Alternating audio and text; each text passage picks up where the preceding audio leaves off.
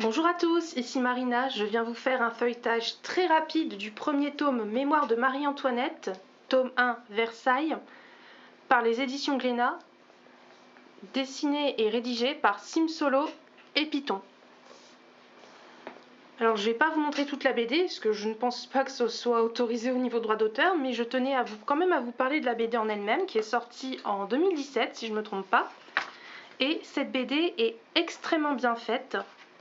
Déjà, je trouve qu'au niveau graphisme et couleurs, c'est vraiment très joli, très sympa. On suit l'histoire du point de vue de Marie-Antoinette qui rédige ses mémoires alors qu'elle s'apprête à être exécutée. Donc on la suit de son départ de Vienne pour aller jusque Versailles. Et ce que j'aime beaucoup dans cette BD, c'est la véracité historique.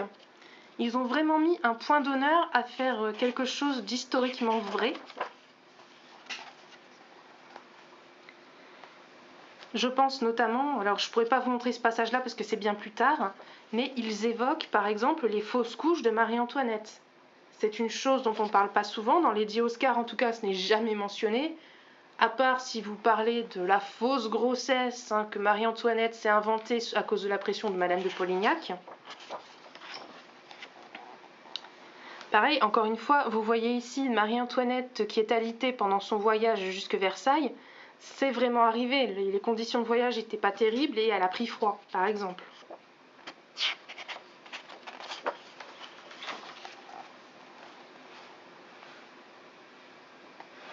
Encore une fois, les embrassades avec Madame de Noailles, ça c'est véridique. Dans le manga aussi, le manga Lady Oscar, on le montre. Et ça, pareil, la vraie Marie-Antoinette se serait vraiment jetée au cou de Madame de Noailles. En même temps, il faut la comprendre, elle arrive, elle a 14 ans, on lui dit vous devez vous débarrasser de tout ce qui est autrichien, garder que du français. C'est normal.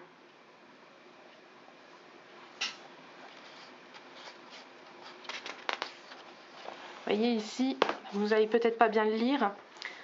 Maire de Strasbourg, ne parlez pas allemand, à partir d'aujourd'hui je n'entends plus que le français. C'est quelque chose qu'elle a réellement dit.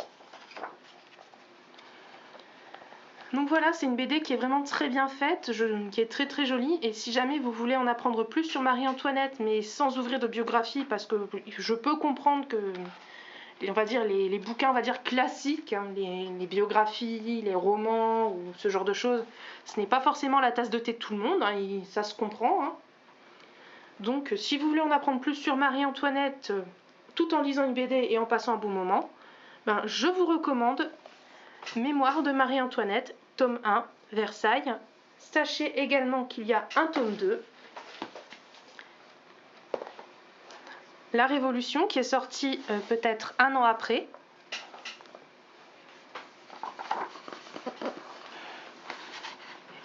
Et encore une fois, je me répète, mais je trouve que les pages sont vraiment très belles.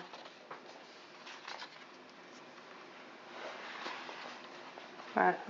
J'ai peut-être évité de vous montrer ce qu'il y a au-dessus parce que j'ai pas envie d'avoir des problèmes avec YouTube, mais voilà, la mort de Madame de Lamballe et la tête qu'on ramène à Marie-Antoinette. Un petit passage avec Louis XVI que je trouve vraiment très tendre.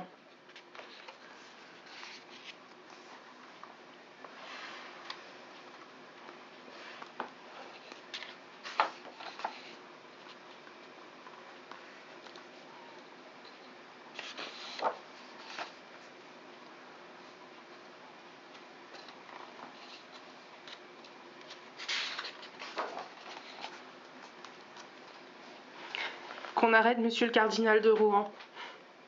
Ça vous rappelle pas un passage dans l'anime, ça?